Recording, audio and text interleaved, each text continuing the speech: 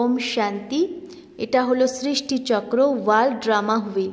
এখানে আমরা 4টে যুগ দেখতে পাচ্ছি, সত্য, ত্রেতা, দাপর, কলি।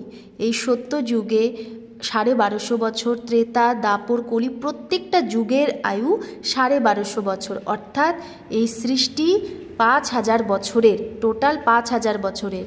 এই 5000 বছরের মধ্যে সত্য যুগে ছিল লক্ষ্মীনারায়ণের রাজ্য। এই লক্ষ্মীনারায়ণের রাজধানী, লক্ষ্মীনারায়ণই ছোটোবেলায় ছিল রাধা কৃষ্ণ। তো রাধা কৃষ্ণ এরা সত্য যুগে ছিল, এদেরই বড়বেলা হলো লক্ষ্মী আর নারায়ণ, যখন এরা রাজধানী বা সিংহাসনে বসবে। তারপরে আসবে ত্রেতা যুগ, যেখানে রাম সীতার যুগ চলবে, রাম সীতার রাজধানী চলবে। তারপরে আসে দাপর যুগ। তো আমরা এখানে দেখছি এই স্বস্তিক চিহ্নের, যেটা এটাকে বলে সৃষ্টিচক্র, এটা ডান দিকে সত্য ত্রেতা, মানে এটা ডান মার্গ, আর এটা হলো বাম মার্গ। তো বা দিকে আসছে দাপর যুগ, দাপর যুগও 1250 বছর। আর তারপরে আসছে কলিযুগ, 1250 বছর। যেরকম ঘড়ির কাঁটা ডান দিক থেকে ধীরে ধীরে ওপরে ওঠে, ঠিক সেরকম ডান দিক থেকে এরকম বাঁ দিকে যাচ্ছে এই সৃষ্টিটাও। তাহলে আমাদের এই সৃষ্টিতে যখন দাপর যুগ আসে, তো দাপর কলিতে কি হয়, এই দুই যুগে ছিল আদি সনাতন দেবী দেবতা ধর্ম। তো তারপরে এই সনাতন দেবী দেবতা ধর্মের পর থেকে আরও অন্যান্য ধর্ম আসতে থাকে। প্রথমে আসে ইব্রাহিম, ইসলাম ধর্ম প্রচার করে।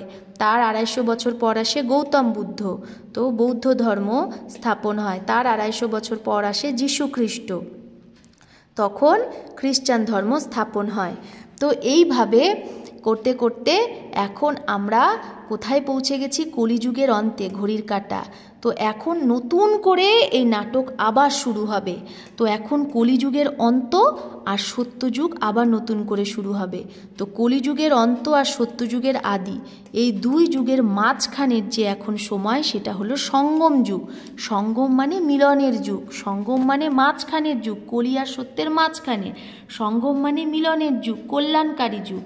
তো কল্যাণকারী কেন বলা হচ্ছে, কারণ এই সঙ্গম যুগেই স্বয়ং পরমপিতা পরমাত্মা শিব বাবা ব্রহ্মার তন দ্বারা আমাদেরকে রাজযোগ শেখায়, আর এই আমাদের কলিযুগী মানুষকে সত্যযুগী দেবতা বানায়। কারণ এখন কলিযুগ শেষ, এখন আবার সত্যযুগ আসবে।